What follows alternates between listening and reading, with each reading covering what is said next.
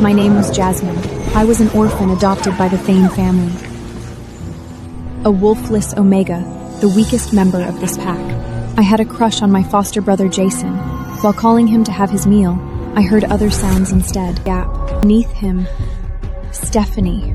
The door swung open. I froze and Jason stood before me, bare-chested. Look who we have here. The wolfless Jasmine. What are you doing here? I came to call you for dinner. He hated me. Maybe because I was the family's disgrace. I thought that was the worst humiliation of the night, but I forgot it was the full moon. Every unmated wolf would sense their fated mate tonight. After dinner, I followed the pack to the full moon ceremony. I thought fate would finally make it up to me. Maybe give me a wolf or a mate who truly belonged to me. But when the bond pulled me toward Jason, my heart fell apart. My mate? Is you? How ridiculous for me to be mated to a wolfless being. I, Alpha Jason, reject you as my fated mate. In that moment, I heard my heart shatter in front of everyone. I rushed out of the hall, with the pack's whispers and laughter behind me. That night, I left Blue Moon Pack and the man who had destroyed me. I thought I would never return. Until 3 years later, Jason and Stephanie's engagement invitation reached me. 3 years later, I stood at the entrance of Blue Moon Pack again, dragging my suitcase behind me. I told myself I no longer loved Jason. But when I saw this familiar land, the old wound still tore open in my chest. Jay, you're finally back! Ruby, my only friend, ran towards me just like she had 3 years ago. Tonight, you need to look good enough to make them regret everything. It's just an engagement party, not a battlefield. For you, it's both. Tonight was Jason and Stephanie's engagement party. I thought 3 years were enough to forget him. But scars didn't disappear. They only hid deeper. In the hall, everyone was blessing Jason and Stephanie. Look who came back, the wolfless girl he rejected. Congratulations. I sounded calm, but when I saw Jason standing beside her, my heart still ached. I turned away from the hall and escaped into the garden. The garden lights suddenly went out. I spun around. In the darkness, a pair of cold eyes was watching me. Hi, baby vixen. Who are you? Ryder Kale. So this is your safe haven from your scandal? You know about my rejection? Of course. The one rejected by Jason Thane. The wolfless Jasmine Thane. Shut up! Rage boiled in my veins, then something inside me stirred. My teeth lengthened. My nails became claws. Looks like someone finally has a visible wolf. I lunged at him, sinking my fangs deep into his neck. It was only later that I realized what he had said. What? A visible wolf? I have a wolf? I embraced this stranger happily. Ruby stood at the garden entrance with a glass in her hand, her eyes wider than the glass. It's not what you think. Right. We haven't gotten that far yet. Shut up. Do you know who he is? He's Ryder Kale, Alpha of the Lycans! My heart dropped. I had just bitten a Lycan Alpha. I came back into the hall. Jason's gaze was already pinned on me. Ryder returned too. He stood by the bar, speaking to another woman as if nothing happened. Stop staring. Come play around and get your mind off him. Truth or dare, no backing out. When it was my turn, Doris smiled wickedly. Then here's your dare. Either beg Jason to take back his rejection, or kiss a random stranger. Beg Jason? Never. I could feel Jason watching me, so I walked toward the most dangerous man at the bar. Excuse me. I rose on my tiptoes, wrapped my arms around Ryder's neck, and kissed him in front of everyone. I meant to pull away at once, but Ryder caught my waist and pulled me back into his arms. You started this, baby vixen? But the next second, Jason's roar tore through the entire hall. Who the hell do you think you're messing with? Jason stormed over. Ryder stepped in front of me, his eyes cold enough to kill. She's not yours anymore. Whatever I do to her, it's not your business. In that moment, I suddenly sobered up. Ryder could walk away from everything and return to his territory. Let me go, Ryder. What do you want? A one-night stand, then leave me here? Ryder's hand stilled. He let me go. and the amusement in his eyes vanished. Ryder hadn't come to Blue Moon Pack only for the engagement party. He was also here to renew the peace treaty with my foster father. The Lycans were too powerful. If the treaty failed, Blue Moon Pack wouldn't survive a war. The next morning, I was summoned to the dining room. The whole family was there. Father Marcus, Mother Anna, and Jason. Then he walked in. Ryder Kale. Please, sit. Join us for breakfast, Alpha Ryder. My foster mother's voice trembled. She was afraid of him. I didn't come for breakfast. I came for the peace treaty. You, Jasmine Thane. I want her for the peace treaty. Jason stood, slamming his fist on the table. Are you insane? We're not handing her over to you! Sign the treaty, or my pack declares war. You won't survive 3 days. My foster father's hand shook as he signed. Jason lunged at Ryder, who caught him by the throat with one hand and pinned him to the wall. I watched Jason's feet leave the floor, his face turning red. Please, Ryder, don't hurt him. Ryder let go, then he turned to me. Sign it. My hand trembled, but I signed. I had just sold myself to a man. That night, my foster mother came to my room. I saw something else in her gaze. Calculation. Jasmine, I have a plan. You don't have to go with him. What plan? Carry Jason's child. She was telling me to marry the man who had publicly humiliated me? Once you carry the heir of Blue Moon Pack, Ryder can't take you away. I'm saving you, and I'm saving this pack. She made it sound like it was for me, but all I heard was one word. Use. Before I could answer, she left the room. The next second, the window opened. A dark figure climbed through. Ryder Kale. He was walking towards me. How dare you! Climbing through my window! If I wanted to use the door, no one could stop me. I just prefer privacy. You know what I want. I don't! I want what's mine. You. He pinned me to the bed in a heartbeat. His body was pressing me down, his hands locking my wrists above my head. You're trembling. Is it fear or something else? His hands released my wrists and my skin heating, stomach tightening, a shameful wet heat pooling between my thighs. Ryder, no. His fingers traced up my inner thigh. Slow, searing. I bit my lip to keep from making a sound. Jasmine, open the door. Mother sent me. Knock on the door sounded, and I froze. Ryder stilted as well. Hide, please. I did what no one should ever do. I shoved a Lycan Alpha under my bed.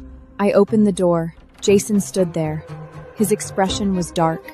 I'm giving you one last chance. Marrying me is the only way out. Jason, you rejected me in public. His eyes held no remorse, only urgency. It's Mother's plan. You have to comply. Never.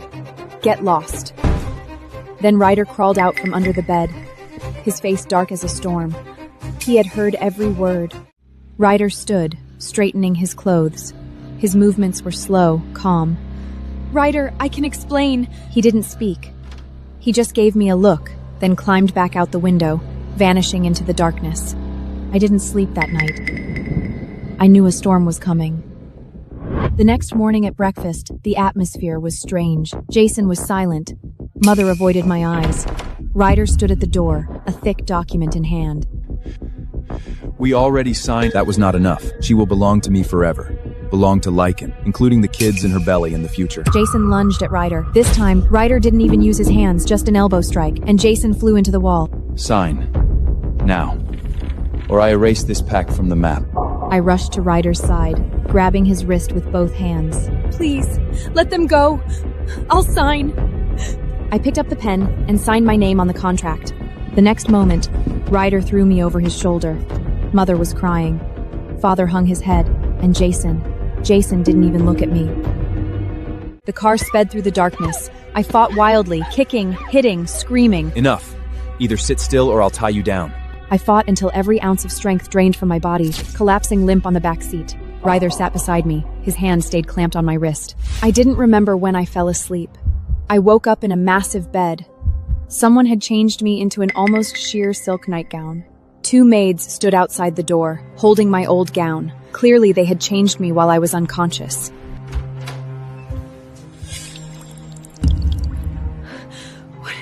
What are you doing? This is my room. You're my guest. For now. I pulled the blanket to my chin on instinct, but I knew he had already seen everything. I need my clothes. No, you don't. You're here because you belong to me now. Remember that, baby vixen. His fingers lifted my chin. His thumb brushed my lower lip. The touch was feather-light, yet it ignited a fire deep in my core. His thumb paused on my lips. The next second, he suddenly pulled his hand back. If I go further now, you'll only hate me. He left after saying that, leaving me alone with a heartbeat I could no longer control. For the next few days, he didn't come to see me again. I told myself it was for the best. But whenever I heard footsteps in the hall, I still looked toward the door. After a few days, he arranged a maid called Serafina for me. My lady, please tell me if you need anything. I need my freedom. Can you give me that? My lady, please don't say that. The Alpha will not mistreat you. She told me a secret about Ryder. My lady, many in the palace believe Isabel will become the mistress here. Who is Isabel? The woman closest to Alpha Ryder. I should have been relieved. If Ryder had someone else, he would stop haunting me. But that name gnawed in my chest like a thorn. That night, for the first time, I reached for the wine myself. The wine burned through my head. Anna wanted me to bear Jason's child, while Isabel made me feel like Riley's toy. Everyone kept deciding who I belonged to, but no one asked what I wanted. I scribbled a release agreement and stormed into Ryder's study with it. Sign it! Tear up that damn treaty! You're drunk. So what? Kiss me, Ryder. I grabbed his shirt collar, rose, then I threw up on him. He didn't get angry. He just sighed and lifted me. You're trouble, baby vixen. He carried me back to my room and cleaned my face and neck with a warm towel. Drifting in and out, I clutched his shirt. Stay and make babies with me. He brushed the hair from my forehead. When you're sober, you'll regret these words. I woke the next morning with a head like it had been struck by a hammer. Goddess, I remembered everything! Slept well? Last night, did I say anything? You said you wanted to have babies with me. My face burned as if on fire. I wanted to disappear into the floor. That was the alcohol talking. Really? They say drunk words are sober thoughts. I wanted to argue, but I caught a strange flicker in his eyes. Then, Serafina's words surfaced in my mind. Isabel. Who's Isabel? The air froze instantly. The smirk vanished from his lips. You don't need to know about her. She's your fiancée, right? So you want me as your mistress? A replacement? His voice dropped dangerously low, carrying an underlying growl. Enough, Jasmine. Don't test boundaries you don't understand. Ace, his wolf was just beneath the surface, but I refused to back down. Afraid I'll touch the truth? Afraid you'll get hurt. Whatever wound you're poking at, it's not what you think. He turned and left, leaving me standing alone in the middle of the room. That evening, Serafina walked in, holding an elaborate gown. My lady, there's a grand breakfast gathering tomorrow morning. The Alpha requires your attendance. I'll dress you. Next day, I was arranged to attend a grand breakfast gathering. Dozens of lichen eyes swiveled toward me at once, judging, evaluating, despising. Ryder sat at the head of the table. He just watched me, waiting for me to walk toward him. I stopped. I didn't want to be led around by him. He walked towards me, each step radiating absolute authority. Under everyone's watch, he lifted my chin and kissed me. This is my lady, Jasmine. Anyone who disrespects her disrespects me. After breakfast, I returned to my room, heart still pounding. Not mate, not fiancé, just lady. Ryder walked in. I stood to face him. What does lady mean? Mistress? Plaything? It means you're mine. That's enough. It's not enough. He walked toward me, caging me against the wall with his body. I'm not enough for you, baby vixen? His hands gripped my waist, pinning me. I could feel every inch of what he wanted. He stopped. He was holding himself back. Not yet. He pulled away, leaving me braced against the wall, confused, wounded, and burning with unfulfilled desire. I went to the garden to clear my head. There, I met a woman. My name is Isabel, Ryder's fiancée. Ryder didn't tell you? I am his future Luna. You're just a temporary distraction. Is that so? Then why did he bring me back, and not you? Maybe he's already tired of you. A flash of fury crossed Isabel's eyes, but only for a second. Enjoy your little victory, Omega. It won't last. She turned and left, leaving me alone in the garden. Then I saw Ryder exit through a side door. Cade following him, his beta. Curiosity drove me to follow. Through the woods, all the way to the border. I saw them. Invaders. Rogues. They poured from the trees, eyes burning with yellow wolf fire. Ryder shifted. His body swelled and twisted and tore into a massive white wolf. He lunged into the enemy. Blood sprayed the air. I was frozen in place. A rogue broke away from the main fight and charged straight toward me, fangs dripping with saliva. Then blood splattered across my face. But it wasn't mine. Ryder stood before me. His hand pierced through that rogue's chest. He pulled it out, and the body collapsed. His eyes bore into me. I didn't know how I got back to my room. All I knew was waking up covered in someone else's blood. I told you to stay in your room. Ryder stood by my bed. His face was unreadable. I just wanted to know more about Isabel. You almost died! If that rogue had reached you, you'd be a corpse right now! His hands clenched into fists, knuckles white. Then his voice dropped. Next time you disobey my orders, I won't be so kind. Then he left, leaving me alone on the bed. A few days later, I stormed straight to Ryder's study. Isabel, your fiancée. Why didn't you tell me? Because she's not my fiancée. I never agreed to it. And the other women. Seraphina said you've had many mistresses. Those women don't compare to you. Don't compare? What's that mean? Am I the next plaything to mock? His silence was the answer. My palm cracked across his cheek. You have no right to hit me. He grabbed my wrists, not rough, but firm as iron bands. I struggled, but he pulled me toward him. Don't test my limits again, Jasmine. He bound me in his arms, my back pressed tight against his hard chest, his lips at my ear. You don't know what you're playing with. His voice rolled low like thunderclouds, not a threat, a warning.